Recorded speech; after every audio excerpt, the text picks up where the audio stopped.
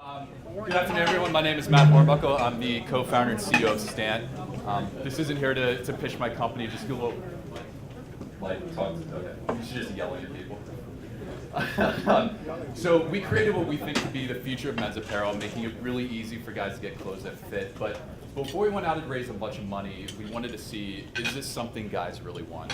So we turned to Kickstarter and ended up raising 120K, which was in the top 1% of campaigns ever run.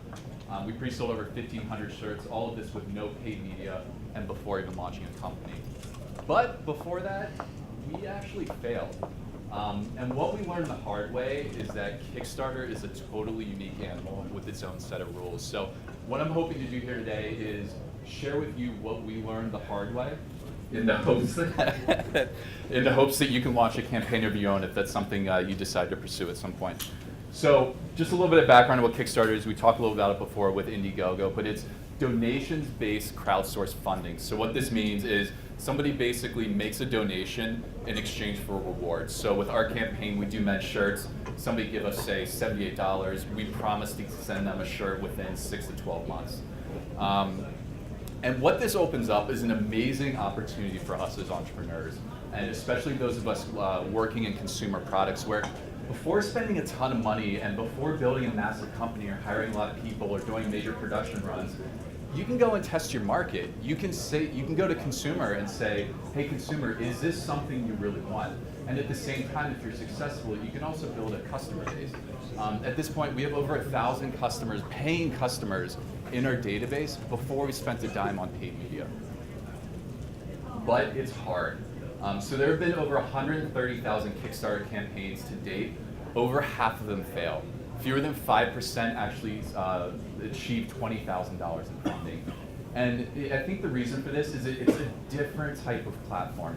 I look at it as e-commerce with a twist where you're still asking somebody for money. They have to pay you for your product before you even ship it to them. And at the same time, Kickstarter is all about bringing creative ideas to life. So they've tweaked or they've set up their platform to help cater to that. You can't actually pay for attention on Kickstarter. So I'm going to go through some of these and a little bit later. I just want to make this as hopefully learning intensive as possible, things that you can apply. So the 3 different pieces of Kickstarter and how it works. There's popular pages, which are moderated by algorithm. They look at how much traffic a single project's getting, what conversion rates like. No, I don't know exactly how it works, but that's what we extrapolated from our experience. You can get staff selections as well. That's the folks who actually work at Kickstarter, picking your project, sharing it via their email platforms as well as featuring on their site.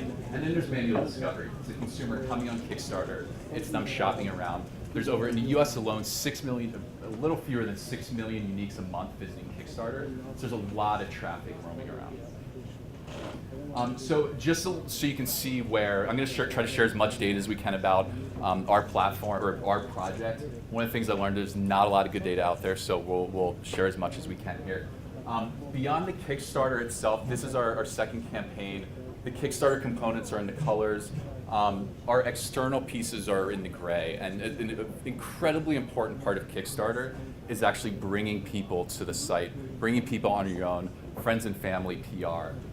And you can see here, we talked about some of the other platforms. So we actually weren't selected as a staff selection. The folks I talked to, it's about 5 to 10% of their total backers. So in the end of the day, popular page is king. Again, as I said, 6 million uniques a month in the US alone. I think it's about 11 million globally. It's incredibly, incredibly powerful to be on the homepage popular. This is our first project here. We're hanging out with Spike Lee. I don't think we're as cool as him, but getting on that popular, seeing yourself next to projects like that gets a lot of traffic to your site. Okay, sorry. You only have to let me 4 more times and I'll start talking into the mic. Okay, sorry guys. So when you actually look at the campaign, this is our daily data for the second campaign, and this shows how important it is to be on the homepage popular. If you see here, we fell off after about 9 days, and you can see the level of pledges immediately fall after that. Again, we learned a lot going through the first campaign to the second. I think there's a lot we learned even in the second campaign that will apply again.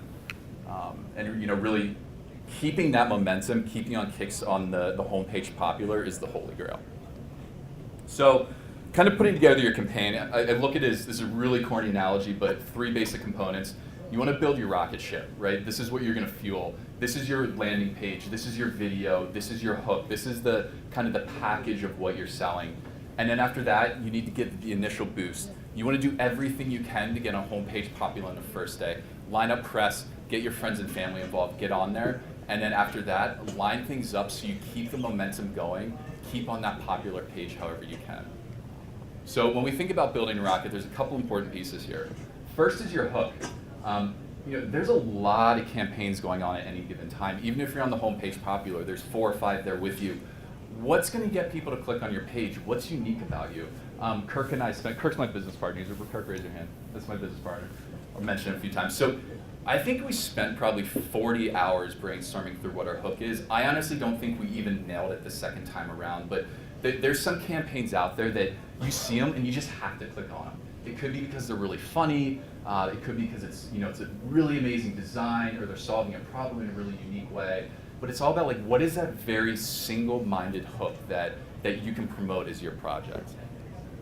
And once you have that, tell a story. Some of the guys up here were mentioning that.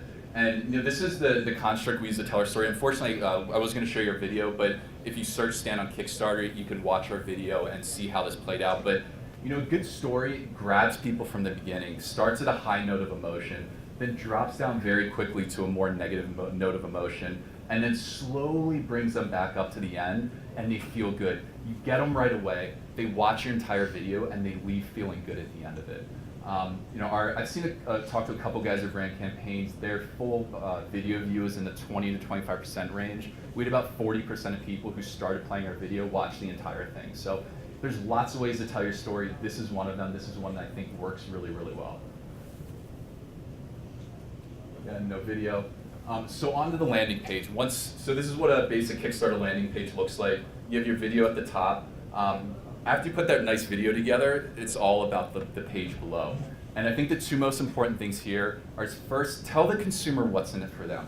Don't focus on you. They don't care about you. They don't care about what you're doing. They care about what they're going to get out of your product. At the same time, make it visual. The consumer, they're going to go to your page and scroll through. You want them to understand as quickly as possible what you're doing. Here's an example of, we did not do a good job of that the first time around, I'll admit. This is our first page on the left, and this is our second campaign on the right side. Our first campaign, we went right into our technology first. What made Stan cool, what made us give you a better fit. But in the end of the day, the consumer first cares about style, they care about the quality, they care about the ease. So we really focused on that the second time around. Setting a lower goal. This is when we learned the hard way as well. Our first goal on the first campaign was $50,000. Our second campaign was $15,000. I think this is one of those things, back to Kickstarter and Indiegogo and all these sites, they are e-commerce. You need to be playing the shopper psychology. Which of these 2 campaigns do you want to be a part of? The one that's hit 600% of their goal, that's raised $6,000, or the one that's hit only a quarter of their goal and raised $20,000? There's an intrigue factor to that, right? You hit your goal right away, you quintupled your goal. People are like, oh, there's something cool here. I want to check it out. And at the same time, they don't want to be a part of a failed campaign. They don't want to spend the time in it and get emotionally invested in it. They want to be part of something successful. So I think there's an incredible amount of value in that. There's lots of other ways. I didn't want to go into too much detail. Play with pricing. There's ways where you can provide discounts or perceived value to the consumer and your levels of backing. But again, it's all about people are buying on Kickstarter. It's shopper psychology, and you have to play into it. So the next piece is give it a boost. And as I mentioned before, day 1 is huge. This is what makes or breaks your campaign. If you can get on that popular page in day 1, you're much more likely to succeed. This is a combination of getting scrappy, line up your friends and family.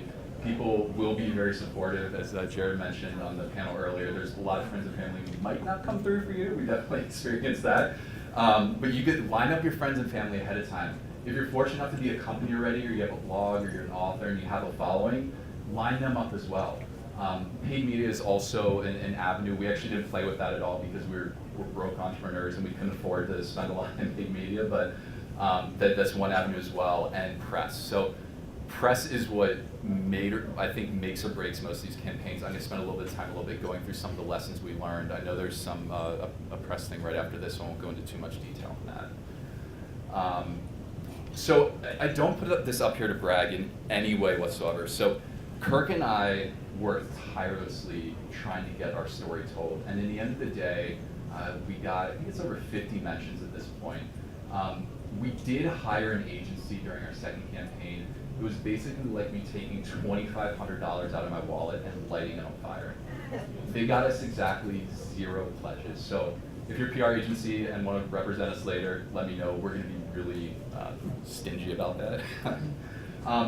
But I put this up here to show you it's possible to do your own press.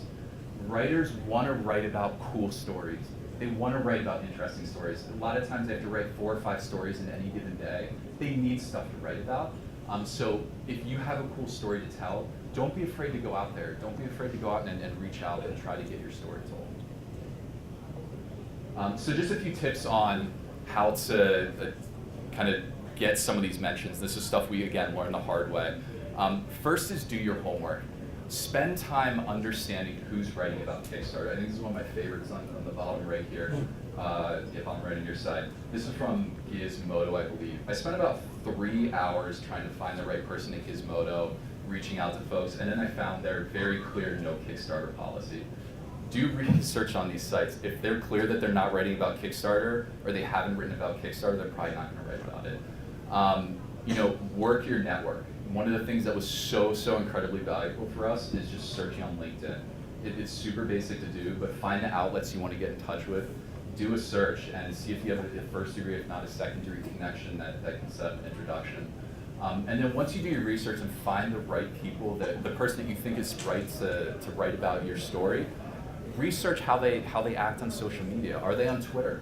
One of our mentions, Fast Company, literally was me. I tried 3 different people, probably 15 calls over a course of time. And I found someone, sent her a tweet because she's active on Twitter, and she wrote about her story within a matter of a couple hours. So just really understanding, it's doing the homework, finding who's writing about this, who is your story relevant for, and finding the right way to reach out to them. And finesse your story. Again, this is kind of back to the hook, but really get down, you need to be quick. People who are writing stories, the press, they're getting hundreds of emails a day, hundreds of phone calls. How do you stick out? How do you get your story across very, very quickly? And this is a first version of one of our pitch emails, and Kirk actually came up with this second one probably halfway through our campaign. We said F you to small, medium, and large. And I think the response rate, quintupled or quadrupled from that email title change alone. And again, it's there's kind of an interest factor to that, but it still gets to what we're doing. The body of the email went from probably 3 paragraphs down to about 4 or 5 bullets. So again, just getting your story down, getting it across very quickly, and getting to the next stage. And the last piece of advice, writers are people too. Don't be obnoxious and don't be a dick. And I think this is one of those things that, for some reason, I'm not on the press side, but talking to a lot of people, for some reason people think that because you're reaching out to a writer or a journalist, it gives you the right to call them 15 times, leave a voicemail every single day, and then follow up with emails. Imagine being at home and a telemarketer calling and leaving voicemails and then following up with an email. It just doesn't work. They're people too, so just keep that in mind. Every single writer I've talked to was absolutely phenomenal. They were the coolest people ever, and they want to tell your story. So just keep that in mind. So you get that boost, you get the press lined up, you get your friends and family involved, you get on the home popular page your first day, then you have to keep the momentum. So I'm going back here to that daily data thing. Again, this is something we are absolutely gonna do a better job of when we run a new campaign. Is once you fall off popular, your momentum completely slides. And you need to make our project even bigger and to make your project even bigger, do what you can, line up paid media, see if you can get a couple extra mentions lined up to keep your boost and keep you on that homepage popular. And I thought these couple triangles were really interesting where you can see exactly where a PR mention would hit, and you can see some of the residual that would come from that. That little chunk at the end there, we got the Fast Company article a couple days before closing, and that was one of those little perfect storms where we got a good mention, and then being on the ending soon, and people get notifications if they liked your project and want to know about when it's ending soon. So that hit a nice little storm there. But again, we did not do a perfect job by any means in our second campaign, so I hope you can learn from some of the stuff that we went through. So in summary, keeping this fast, three pieces of your 6-figure Kickstarter campaign: build that amazing rocket, give it a boost, and just keep the momentum going. So that's all we got.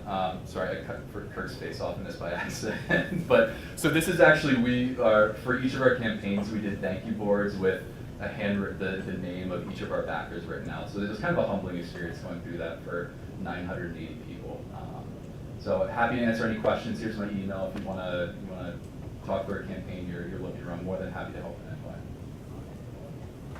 way.